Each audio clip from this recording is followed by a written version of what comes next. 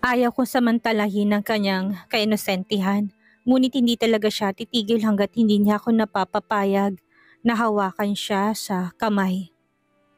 Kaya sa huli ay pumayag na rin ako. Holding hands lang naman at hindi ito makakabawas ng kanyang pagkababae.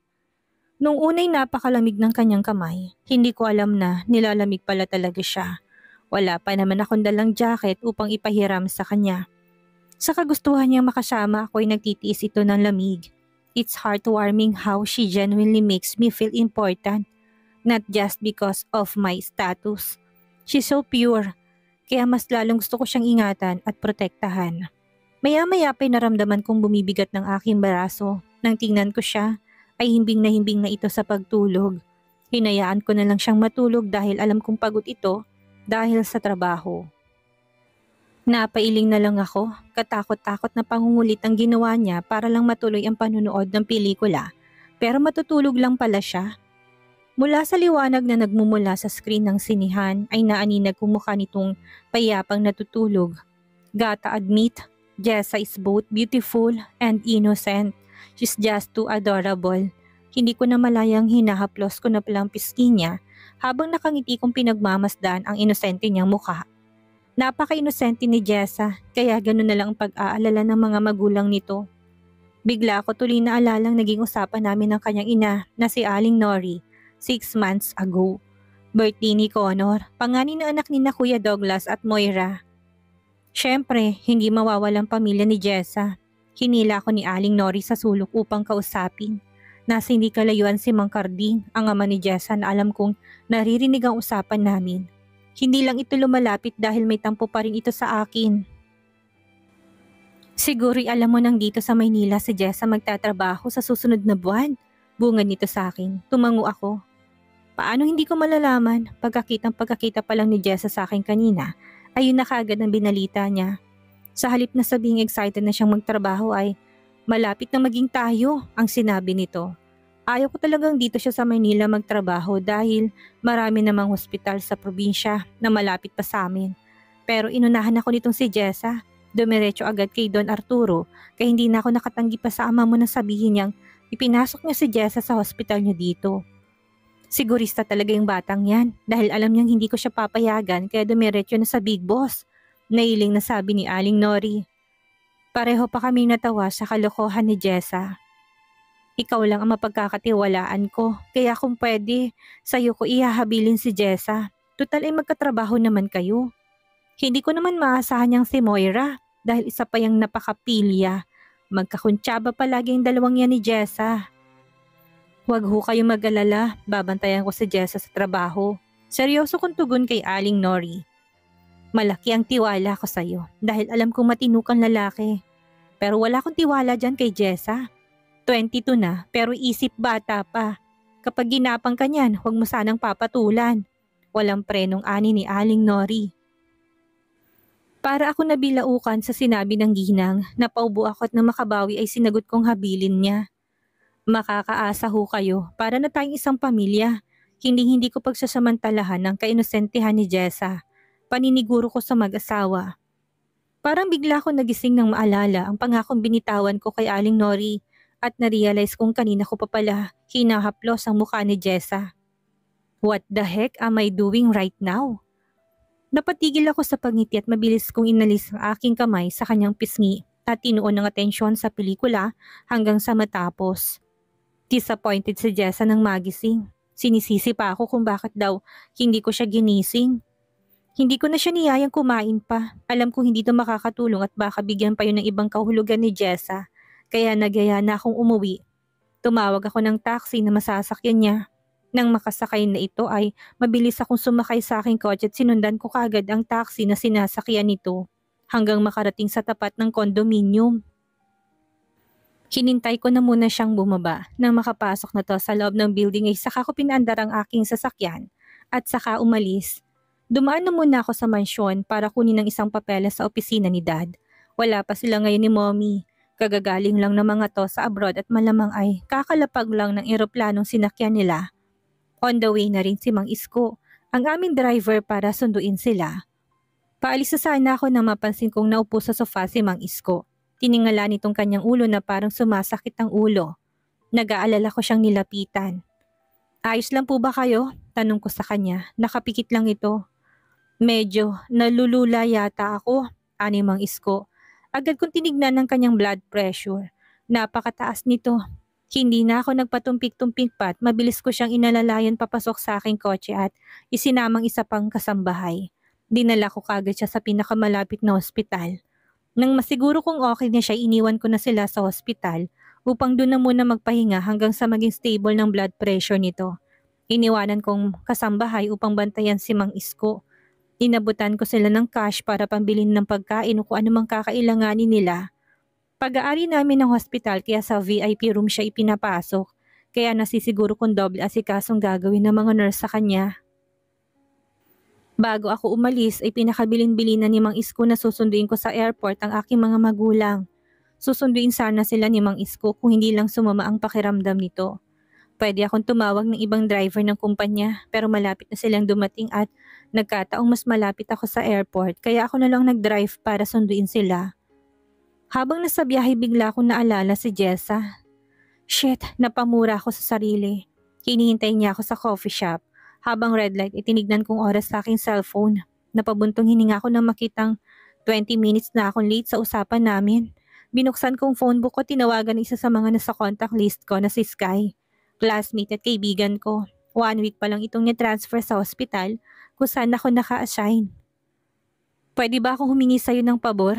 Pakipuntahan mo naman yung kaibigan ko. May usapan kami sa coffee shop kaso may emergency lang na nangyari. May susunduin lang ako sa airport. Nasa hospital pa ako. Kaka-out ko lang. Hindi ko alam kung makakarating agad ako sa kaibigan mo. The coffee shop is just across from the hospital. Pakipuntahan naman siya.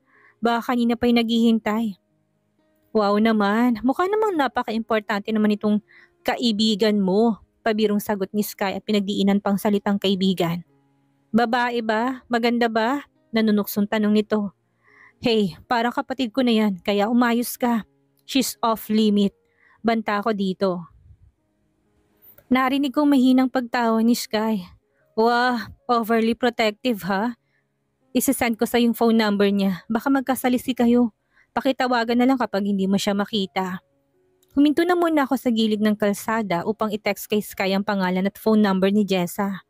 Nang maisan ko to ay nag-drive na kaagad ako muli. Sa mga oras na to ay nakababa na ng eroplanong sinakyan ni Dad at malamang ay nag-check out ng mga to, kaya nag-aalala kung baka malate ako ng dating. Hindi naman ako nahuli dahil sakto lang ang dating ko, kakalabas lang nila. Na makasakay na sila sa sakyan ay saka pa lang ako nakahinga ng maluwag. Masyado kasi ako nag-aalala dahil sa nangyari kay Mang Isko at alalang baka maipit ako sa traffic at maghintay ng matagal ang aking magulang. Kamusta na kaya si Jessa? Bigla ko siyang naalala. Nakaramdam ako ng guilt nang maisip na pinaghintay ko siya ng matagal at sa huli ay hindi ko siya sinipot. Oo nga't sinasadya ko magpahuli sa tuwing magkikita kami. Naroon naman ako at binabantayan siya ng palihim. Siguradong mabubwisit ito sa akin. Pero hindi ba't yun naman talaga ang plano ko? Ang i-discourage siya upang mawalan siya ng gana sa akin? Bigla akong naalala si Sky. He's a Casanova. He's sleek and knows how to smoothly talk to women and make them fall in love with him easily, which is something I'm seriously lacking. Hindi ko maintindihan kung bakit bigla akong nagsisi na ipinadala ko pa sa Sky upang tagpuin nito si Jessa. Napabuga na lang ako ng malakas na buntong hininga. Alexus! Narinig kong boses ni Mommy para ako nagising na marinig ang boses niya. Are you okay? Kanina pa kita kinakausap. Hindi ka sumasagot. I'm okay. What are you asking me? Kamusta na si Mang Isko? Hanggang kailan siya sa hospital? Mukhang okay naman siya. Pwede na nga siyang umuwi. Pinagstay ko na lang muna siya dun para mas maalagaan. Bukas pwede na siyang umuwi. Company driver na lang muna natin ang pansamantalang driver niyo from now on. I'll arrange for him to stay with his family in the province until he's ready to go back to work. If not, he can choose to retire early. I have already arranged his retirement and pension. Kanina pa sila nagsasalita pero parang wala akong naintindihan. Ang inaalala ko ano nang ginagawa ni na Jessa. Nakauwi na kaya ito? Hindi mawala-walang aking pag-aalala na baka anong pambobola ng ginagawa ni Sky dito. Nagpakawala na naman ako ng malakas na buntong hininga. I don't know why, but I think heck up. Alexus POV. I had a meeting with the hospital's board members and directors. Pagkatapos nito ay pinakilalang bagong doktor na si Dr. Elvira Sandoval, the girl I used to date in college, almost a decade ago. Hindi na ako nagulat na ipakilala siya bilang pinakabagong doktor sa aming hospital. This news has been circulating among the hospital staff over the past few weeks. Schoolmate ko siya nung high school but we started dating during college days. She isn't my first girlfriend pero siyang pinakaseryoso at pinakamatagal kong nakarelasyon dahil umabot din kami ng 3 taon. We were deeply in love but she made the sudden decision to pursue her studies overseas after receiving a scholarship. When she left, I cried a river and begged her not to leave. Sinundan ko pa siya sa Amerika para lang kumbinsihin na bumalik ng Pilipinas. Ngunit bigo ako dahil mataas ang kanyang pangarap. Bago kami tuluyang maghiwalay, sinabi kong hihintayin ko siya because I was so in love with her. Hindi ko alam kung sinabi lang ni Elvira na babalikan din niya ako para lang lubayan ko na siya. After 1 year ay muli akong pumasok sa isang relasyon at nasundan pa yun ng ilang beses dahil wala namang nagtatagal, walang courtship na nagaganap dahil wala rin naman akong oras para sa mga ligawan. Mostly our mutual understanding. Walang formality, naging sa mga breakups. At this stage of my life, my priorities are solely focused on my career and family business. Wala na ako masyadong panahon para sa ibang bagay kaya naman, being in a romantic relationship that requires commitment is my least concern. Pinakilala ng Director si Elvira sa lahat ng mga nasa silid. Good morning team, I'd like to introduce Dr. Elvira Sandoval, a new addition to our department. She was endorsed by a renowned hospital in the United States. Please give her a warm welcome. Wika ng direktor at tumingin sa dalagang doktor. Elegante at puno ng confidence na nakaharap ito sa aming lahat.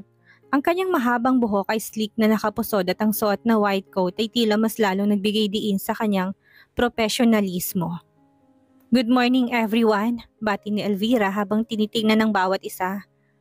It's a great honor to be here and to join such a prestigious institution. I've dedicated the last 10 years to improving my abilities in different American hospitals, and I am excited to bring my expertise here. I look forward to working with all of you. Pagpapakilala nito't ngumiti sa lahat. Mababanagang paghanga ng mga nakarinig tungkol sa mga achievements ni Elvira. Sa mura niyang edad ay marami na siyang napatunayan sa larangan ng medisina kaya naman sa bawat galaw nito makikita ang kumpiyansa. Tuwid ang kanyang tindig at nagpapakita ng tiwala sa sarili. Natupad na nga niyang kanyang mga pangarap. Matapos ang maikling speech ni Elvira, sinimulan na ng small talk at mga pagbati mula sa aming mga kasamahan. Nakangiting lumapit sa akin si Elvira. Alexus, it's been a while, bati nito. Dr. Sandoval, tugon ko't gumanti ako ng ngiti. It's good to see you again. Ikaw din, ani Elvira. Welcome to the team, formal kong bati. Thank you, anito. I miss the Philippines and I'm glad to be back. Isang matamis na ngiti pang ibinigay niya sa akin. Isa sa mga doktor ang sumunod na bumati dito. Lumabas na ako ng conference room at nagtungo sa parking lot upang puntahan ng aking sasakyan. Meron lang ako nakalimutang document at muli na akong humakbang pabalik sa hospital. Papasok pa lang ako ng building ay nakasalubong ko na si Elvira. Ang hirap mo palang hanapin kahit nasa isang building na tayo. Are you hiding from me? Nakangiti na kaagad at maliwala sa mukha ni Elvira. Napatawa naman ako sa sinabi nito. In the next few days, you'll be the one preoccupied. May importante ka bang sasabihin? Tanong ko sa kanya habang patuloy kami sa paglalakad papasok sa hospital. Yes, pero hindi naman ako nagmamadali kapag hindi ka na busy. Okay, ipapahanap na lang kita kapag available na ako. Talk to you later. Paalam ko dito nang makapasok na kami sa loob. Natanaw ko nurse station, hinanap ng mga mata ko si Jessa, ngunit wala siya doon. Asan na ba siya? Kanina ko pa siya gustong makita, pero kung kailan hinahanap saka naman siya wala. Pinagtataguan niya ba ako dahil sa ginawa niyang paghalik sa akin kagabi sa bahay ni Moira? That kiss, lihim ako na pangiti. Gagawa-gawa ng kalokohan, hindi naman pala kayang panindigan. Pagkatapos niya akong nakawan ng halik, ngayon naman ay magpapamiss siya. Miss, Miss agad, hindi ba pwedeng baka nahihiya lang siya? Napapikit na lang ako at napailing. Okay, I have to admit, kanina ko pa siya gustong makita dahil namimiss ko na siya. At yung halik niya, I can't get that kiss out of my head. She's my girlfriend. Ano bang masama kung ganun ang maramdaman ko? Normal lang naman sa mga magkarelasyon ng maghalikan, but it would have been better if I had kissed her first. And I don't mind sharing another kiss with her again. Naalala kong biglang pangako ko kay Aling Nori na hindi ko papatulan ng kanyang anak. Napapaili na lang ako habang labas sa ilong na napatawa at saka parang baliw na nagsalitang mag-isa. Pasensya na po, Aling Nori. But I think I've changed my mind. Pagkatapos ng almost 2 hours na surgery sa isa sa mga pasyente ko, ay nagtungo agad ako sa aking opisina upang magpahinga sandali. After 15 minutes, nakahiga ay tumayo ako at nagtungo sa may bintana. Routine ko na ito kapag gusto ko mag-relax. Tinatanaw kong labas ng hospital at kitang-kita ko dito ang view ng harapan ng hospital. I find it rewarding to watch our patients and their families enjoy their time relaxing outside. So, dito ka pala tumatambay. Napapitlag ako nang marinig ang pamilyar na boses. Nagtataka ako kung anong ginagawa ni Elvira dito. Oh, I'm sorry kung nagulat kita. Nito at ngumiti. It's fine. Paano mo na lamang nandito ako? Kunot noo ko tanong dito. Your nurse told me where you are. Bukas yung pintuan kaya hindi na ako kumatok. Paliwanag nito. Tumangutangon na lang ako. Akala ko'y may sasabihin siya pero ilang sandali nang nakalipas hindi pa rin ito nagsasalita. I thought you have something too. I miss you. Ani Elvira na puno ng emosyon ng mga mata nitong nakatingin sa akin. Nagulat ako sa sinabi niya. Hindi ko inaasahang maririnig mula sa kanyang mga salitang yon out of nowhere. I'm sorry kung kinailangan kong piliin ng mag-aral sa abroad. Mabilis kong pinuto lang sasabihin niya. Look Elvira, that was almost 10 years ago. Hindi ko na nga naisip yon. Sad ko. Alexus, I made a mistake letting you go and I'm here to make things right. Iniwan kong karir ko sa Amerika para sa'yo. This time, ikaw naman ang pinili ko. Hindi ba't sabi mo, hintayin mo ko? Salaysay ni Elvira habang nakatingala at titig na titig sa akin. Nais ko na matawa sa narinig at hindi makapaniwala. Hindi kita pinapipilit, wala rin na rin akong balak na makipagbalikan sa'yo. Narinig mo bang sarili mo? Hindi ako makapaniwala na kadarating lang nito ay ito na kaagad ang ibubungad niya. Kinain na ba siya ng sistema sa liberated ng pamumuhay sa Amerika? Hindi mo naman kailangan na magdesisyon agad. I'm just letting you know that the reason I'm back is because of you. Dahil nangako tayo sa isa't isa na babalikan kita at hihintayin mo ko. Yun naman ang usapan natin, hindi ba? Mga bata pa tayo noon at may mga sarili na tayong buhay ngayon. I just want to remind you that our relationship now is strictly professional. Nothing more. Parang sasakit yatang ulo ko dahil sa pinag-usapan namin. Hindi ko inaasahan nang ikawit niyang kanyang kamay sa aking batok. Tumingkaya dito tinangka akong halikan. Stop it, mariin kong saway. Halos gahibla na lang ang agwat ng aming mga labi. Kita kong pagkagulat at disappointment sa kanyang mukha nang harap-harapan ko siyang tanggihan. Para itong naistatwa sa kanyang kinatatayuan. Sa tagpong iyon ay nakarinig ako ng ingay sa likod na parang may nahulog. Paglingon ko ay nakita ko si Jessa. Saglit na nagtagpo ang aming mga mata ngunit mabilis tong tumalikod. Bago ko pa siya mahabol ay pinigilan ni Elvira ang aking kamay.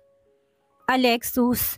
Nagsusumamong mga mata nito. Matiim kong tinignan ang kanyang kamay na pumipigil sa akin. Sa mga oras na si Jess ang aking inaalala, bako ano pang isipin niya sa tagpong nadatnan. Binitawan ni Elvira ang aking kamay na makita niyang madilim ang aking mukhang nakatingin sa kanyang pagkakahawak. Mabilis ko siyang tinalikuran para habulin si Jessa. Ngunit hindi ko na siya inabutan. Humahangos ako nagtungo sa locker room, ngunit wala siya doon. Nang ipagtanong ko sa mga nurse ay nakita daw nila si Jessa na nagmamadaling umalis. Napahilamos ako ng mukha at napasuklay ng buhok. Dinukot ko ang cellphone sa aking bulsa upang tawagan si Jessa pero nakablock na kaagad ako. Hindi ko tuloy mapigilang mapamura ng malakas. Fuck. Wala na ako ibang maisip na paraan upang makausap si Jessa. Kung hindi ang puntahan siya sa kondo kung saan ako dating tumutuloy. Jessa POV. Pagkalabas ko sa silid ng pasyente, malayo pa lang itanak ko na kaagad ang aking mga kasamahang nurse na tila may pinagkukumpulan sa nurse station. Kita sa kanilang mga mukhang excitement at kasiyahan. Bigla ako na curious kung anong nangyayari kaya lumapit ako para makiusyoso. Nang makita nila akong papalapit sa kanila, isabay-sabay silang ngumiti. Sinenyasan nila ako na bilisan kong paglalakad, kaya naman patakbo akong lumapit.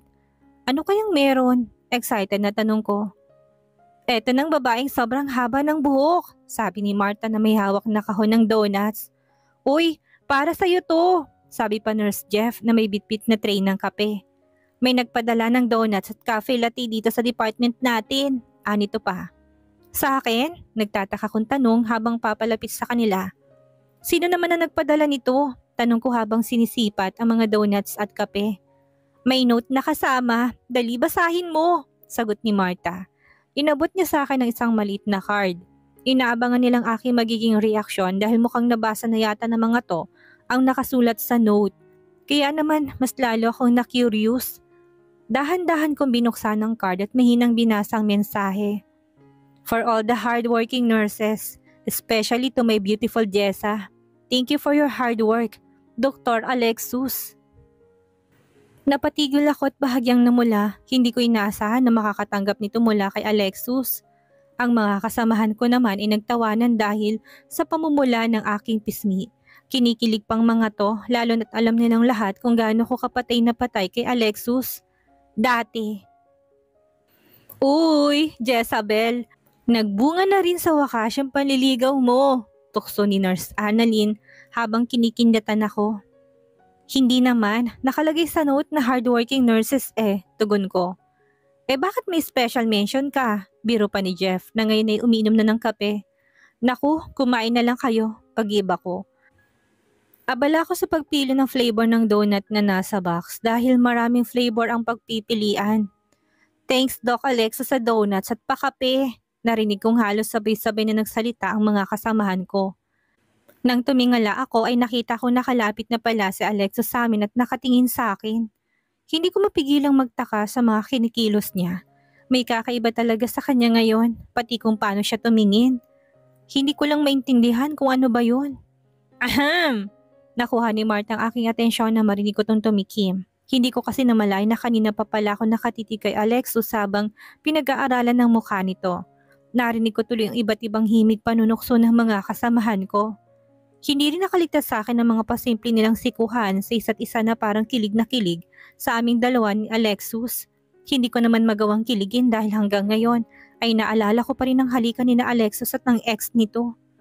Ito bang paraan niya para humingi ng sorry dahil alam niyang nasaktan niya ako?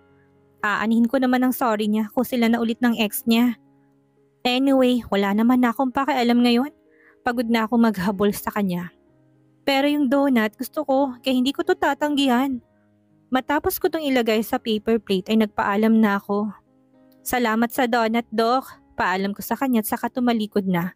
Maya-maya pa narinig kong tinawag ako ni Alexus. Nilingon ko siya at nakita ko may hawak na itong kape. Kape mo, nakangiting sabi nito. Pasensya na, hindi kasi ako umiinom ng latte. May lactose intolerance kasi ako. Nagtatay ako kapag nakakainom ng gatas. Nakita kong pagkagulat sa mukha ni Alexus. Akala ko, anito na parang nag-iisip. Maya-maya pinapasabunot pa sa buhok at frustrated na napailing. Pero uminom ka ng latte nung magkasama tayo. Paano? Nagtai lang naman ako nung makaalis ka. Umalis na ako at iniwan siya sa kinatatayuan niya. Mabuti na lang at hindi na niya ako sinundan dahil talaga namang susumbatan ko pa siya ng todong-todo at baka ilarawan ko pa sa kanya kung anong itsura ng ebak na lumabas sa akin nung araw na yun. Bali wala naman talaga sa akin yon dahil haling na halik pa ako sa kanya noong mga panahong yon. Pero ngayon ay inis na ang aking nararamdaman nang maalala ko ulit. Unti-unti ko na nakikita ang aking mga kagagahan. Habang binabalikan ko mga araw na baliw pa ako sa kanya ay naalala ko kung paano ko nagpakumbaba na magmukhang tangat na pahiya sa harapan ng mga katrabaho ko. Para lang ibaling niya sa akin ang kanyang pagtingin. Ngunit sa huli makikita ko lang itong may ibang kahalikan habang kami pa. Ay, oo nga pala. Hindi nga pala naging kami dahil biruan lang ito para sa kanya. Ngayon ay malinaw na sa akin kung paano niya ako binaliwala. Dumiretso ako sa kantin at doon ko dinala ang donut. Nilapag ko muna to sa table para bumili sana ng maiinom nang makita ko si Sky. Naka-white coat ito. Kunutno akong tumingin sa kanya habang siya naman ay nakangiting lumapit sa akin. "Doktor ka?" Tanong ko kaagad sa kanya. Parang nagulat pa to sa tanong ko. "Nung isang araw pa tayo magkausap, ngayon mo lang nalaman?" Pabiro nitong sabi. "Akala ko pagala-gala ka lang kaya ka naririto." Tugon ko at nilagpasan siya para bumili ng kape.